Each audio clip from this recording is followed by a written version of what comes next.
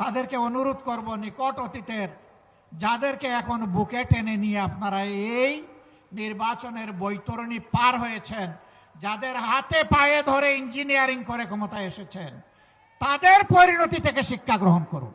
একজন সাবেক সরকার, এই ইন্টারিম গভর্নমেন্টের একজন উপদেষ্টা, তিনি বলেছেন আমরা ওদেরকে মেইন স্ট্রিম হতে দেইনি, ওরা পাওয়ার কথা ছিল 168, আমরা এদেরকে নামিয়ে এনেছি 68-তে।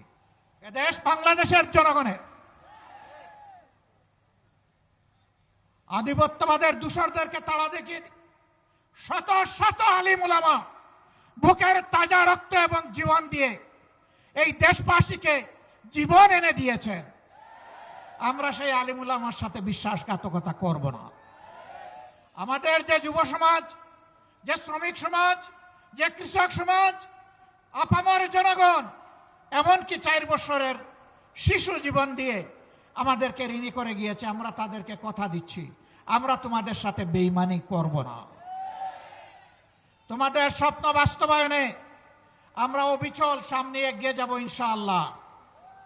আমরা গভীরভাবে আস্থাশীল, ইনশাআল্লাহ আমাদের নয়, জনগণের বিজয় হবে ইনশাআল্লাহ।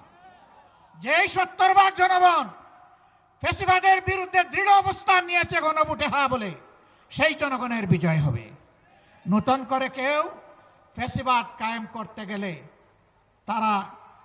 তাদেরকে অনুরোধ করব, নিকট অতীতের যাদেরকে এখন বুকে টেনে নিয়ে আপনারা এই নির্বাচনের বৈতরণী পার হয়েছেন, যাদের হাতে পায়ে ধরে ইঞ্জিনিয়ারিং করে ক্ষমতায় এসেছেন, তাদের পরিণতি থেকে শিক্ষা গ্রহণ করুন।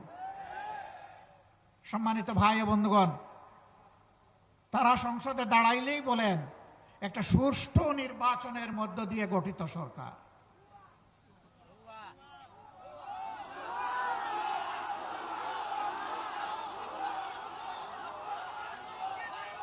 সরকার যদি সুষ্ঠু নির্বাচনেই গঠিত হয়, তাহলে বারবার দাঁড়াইয়া বলতে হয় কেন?